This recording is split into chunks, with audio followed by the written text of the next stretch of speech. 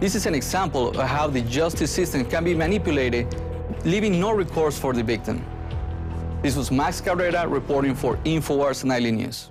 And that's just one angle of the larger corruption you get anytime there's an amassing of power. Just because Western imperialism is totally corrupt doesn't mean the alternatives on the left are any better. I mean, just look at what's happened to Latin America over the past 30, 40 years.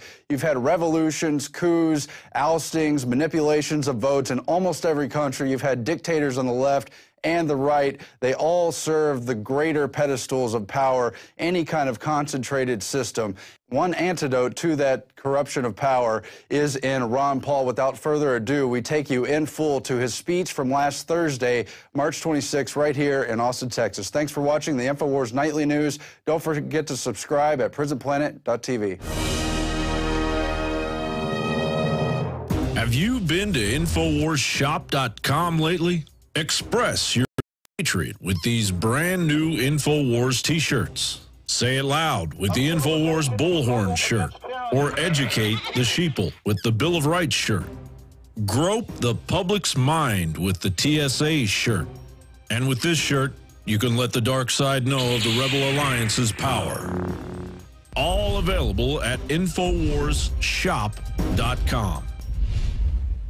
Sick of the globalist eugenicist control freaks adding poison to your water and laughing as you get sick and die? Start purifying your water with ProPure. My friends, I've done a lot of research, and the best gravity filter out there, bar none, is ProPure, and it's available discounted at InfoWars.com. Its filters are silver impregnated to prevent bacterial growth. There's no priming required. It's NSF 42 certified. Optional fluoride filters can reduce fluoride up to 95%. Easy to set up and use. Doesn't require electricity. Purify water from lakes, streams, ponds, and wells. This filter system leaves in beneficial minerals, which is key. Save money by not buying bottled water and avoid BPA that leaches from the plastic. ProPure is the best gravity-fed filter out there. It's what my family uses. InfoWars.com already has the lowest price on ProPure. But if you add the promo code WATER at checkout, you get an additional 10% off at InfoWars.com. You can also call to order 888-253-3139.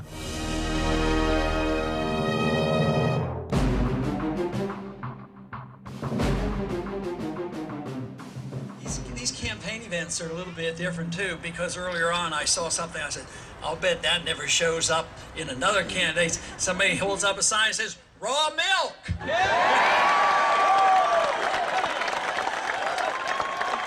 we go. And also, how many other candidates are getting the chance? And the Fed. Those are nice slogans, but the real issue is our liberty, and we're bound and determined to get our liberties back again. And it is rather discouraging. In Washington, not much seems to be happening, but where the real encouragement is when you leave Washington, come out, get on the campaign trail, and meet people like you. That uplifts me, and thank you very much for being with us.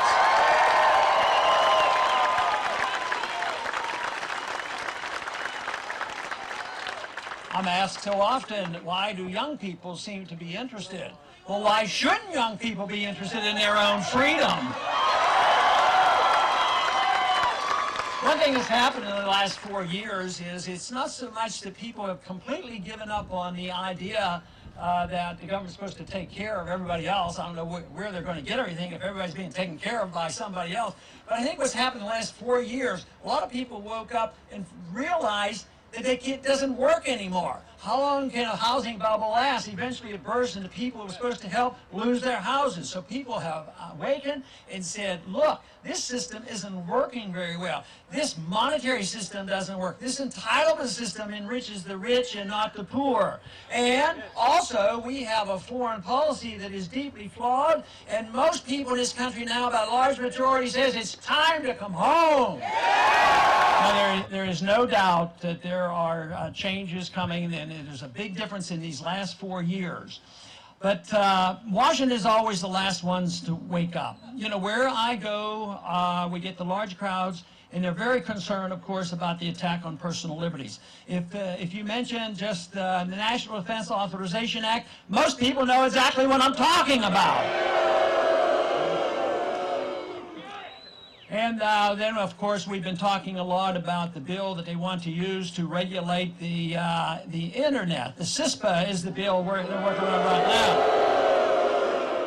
Now, we were able to stop, the Stop Online Piracy Act because people rallied.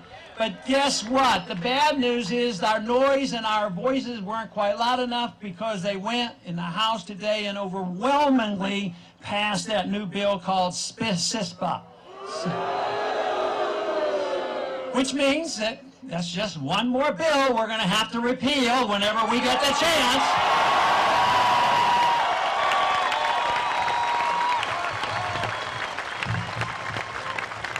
Along with the Patriot Act, of course.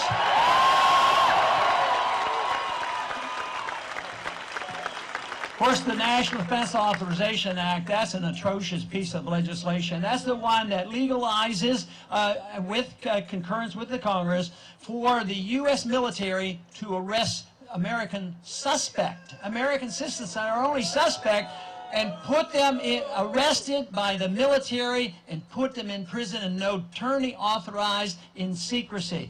That bill should be very high on the list for repeal as well.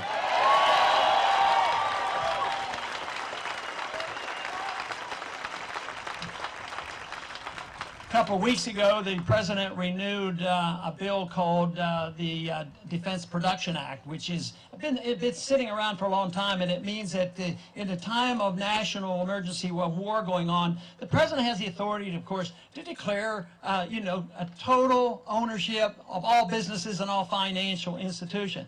What the President did by executive order, he added the phrase, during peacetime as well.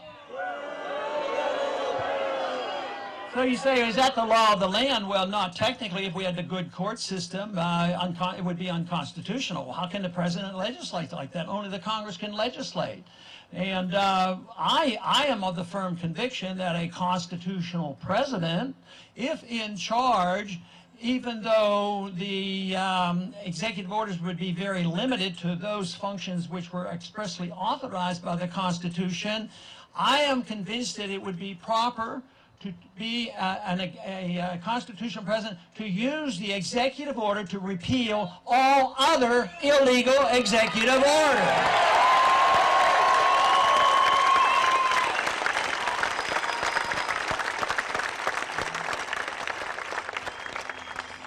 So we have a long way to go. The attack on civil liberties have been rather severe because it is the principle of liberty you have to deal with. So if you're dealing with your personal lives and how you want to run your life, your ownership of your own lives, as well as your economic liberty and the foreign policy and monetary policy, it really boils down to the principle of what Jefferson started off with. Our inalienable rights, our rights to our life and our liberty and the right to pursue our happiness, and it is being God-given, given to us not by our government, but by our Creator.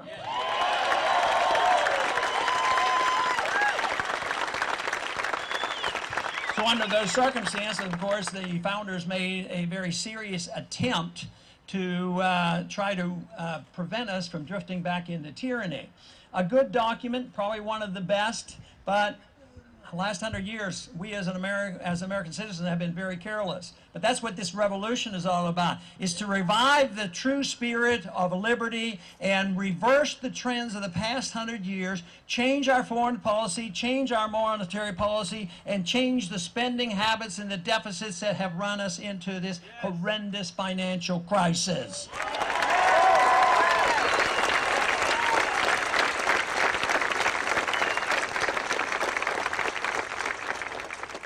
This can be done simply by sending only people to Washington who are certified and capable of reading the Constitution, and then you believe them when they take the oath of office. Because we got in this trouble because of the careless interpretation of the Constitution, the Interstate Commerce Clause, the General Welfare Clause, the not reading and caring about Article 1, Section A, not caring about the 9th and 10th Amendment. It wouldn't be that difficult. We don't have to invent anything new. We just need men and women of integrity that will take their oath of office seriously. If we got into this mess by not following the law book, all we need is to follow the law book, follow the Constitution. We'll get out of this mess.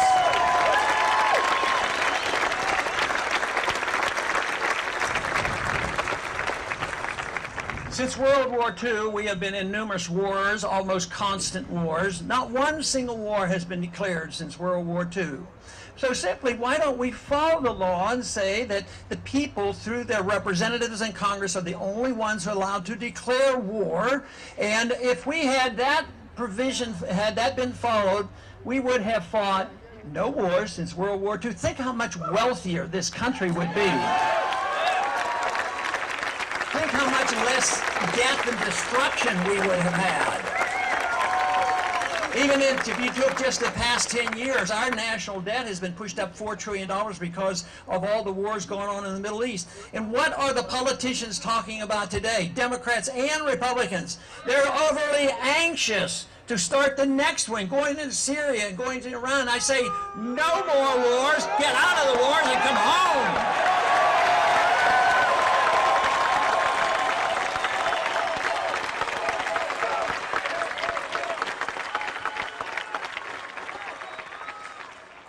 It's a moral issue, it's a constitutional issue, but you know, it's also an economic issue because great empires, great nations always seem to overextend themselves. Fortunately, we didn't have to have a nuclear exchange with the Soviets. They went broke before we did, and they had to go home and their system fell apart. I was in the military in the 1960s for 5 years. I was drafted during the Cuban crisis. And believe me, if we can stand up to the Soviets who had 30,000 nuclear weapons, don't you think we could stand up and not be intimidated and act so frightened by a country that has no nuclear weapons and maybe will never get a nuclear weapons, and we want to go to war against a country like that? It makes no sense at all.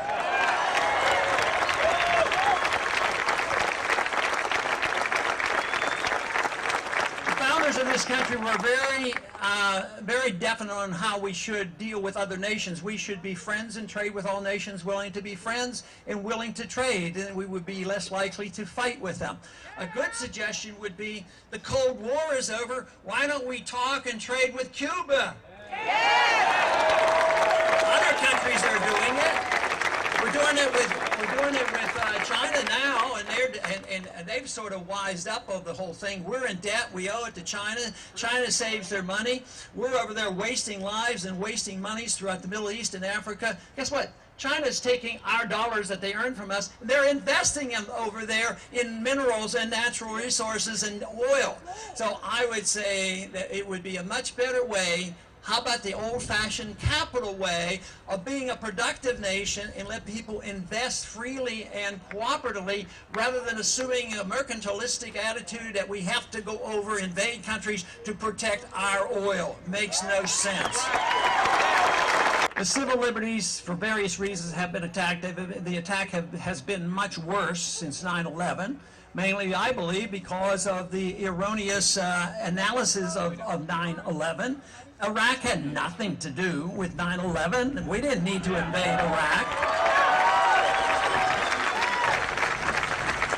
The Patriot Act had been floating around Washington for a long time. They tried to pass it. They never could get a consensus. But it was the very first bill that they pushed right after 9/11. Within weeks, it was passed.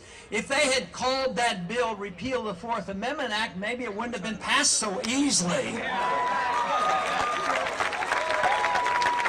So when we repeal that bill, we won't call it repeal.